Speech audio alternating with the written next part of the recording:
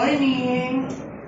Actually, nag-i-enjoy kami ang bongga. Parang isang talk show talaga pinapanood.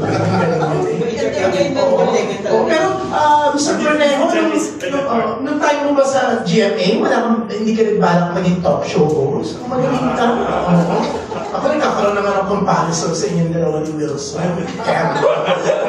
Hindi, pero I'm just joking, no? Pero ang saya lang. Pero eto, syempre kahapon sa Stone na nagkaroon na ng advance na wala nang red carpet, wala nang kailangan simplihan, o nung panahon ni Senatora, kayo rin po ba, syempre patalbugan pag Stona, di ba? Talagang ang mga damit. Nung panahon niyo po ba, nakipagtalbong kayo o talagang simple lang kayo? Ako kasi yung pananamit ko ay laging simple lang. So, hindi ko naintindihan kung ano yung ibig sabihin ng talbugan. Kasi hindi ako nakikipagtalbugan kahit kanino. At, yun, di ba? Pero, yun nga, pero ang bongga ng daughter-in-law mo, si Kate Cosete, isa siya sa pinag-usapan kahapon. Simple, pero ang bongga, bagay na bagay. Pero hindi yan ang tanong ko. Ito ang totoong tanong ko.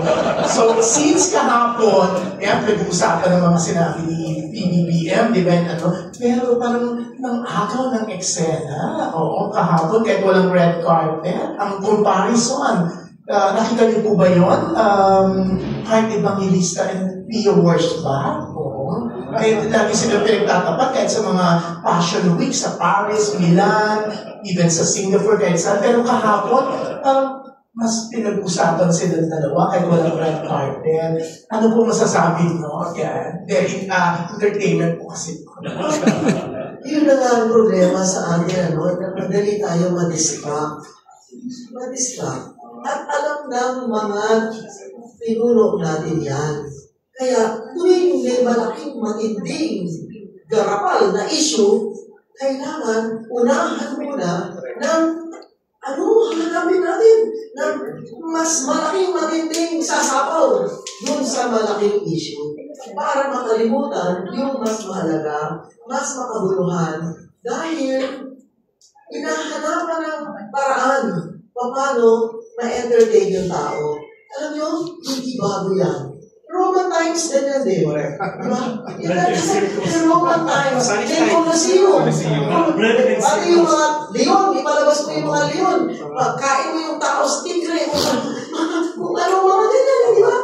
O yung mga gladiators, na parang laging may circus. Boxing. Boxing, kung ano man, whatever it is. So, I think our leaders know that we can be distracted easily.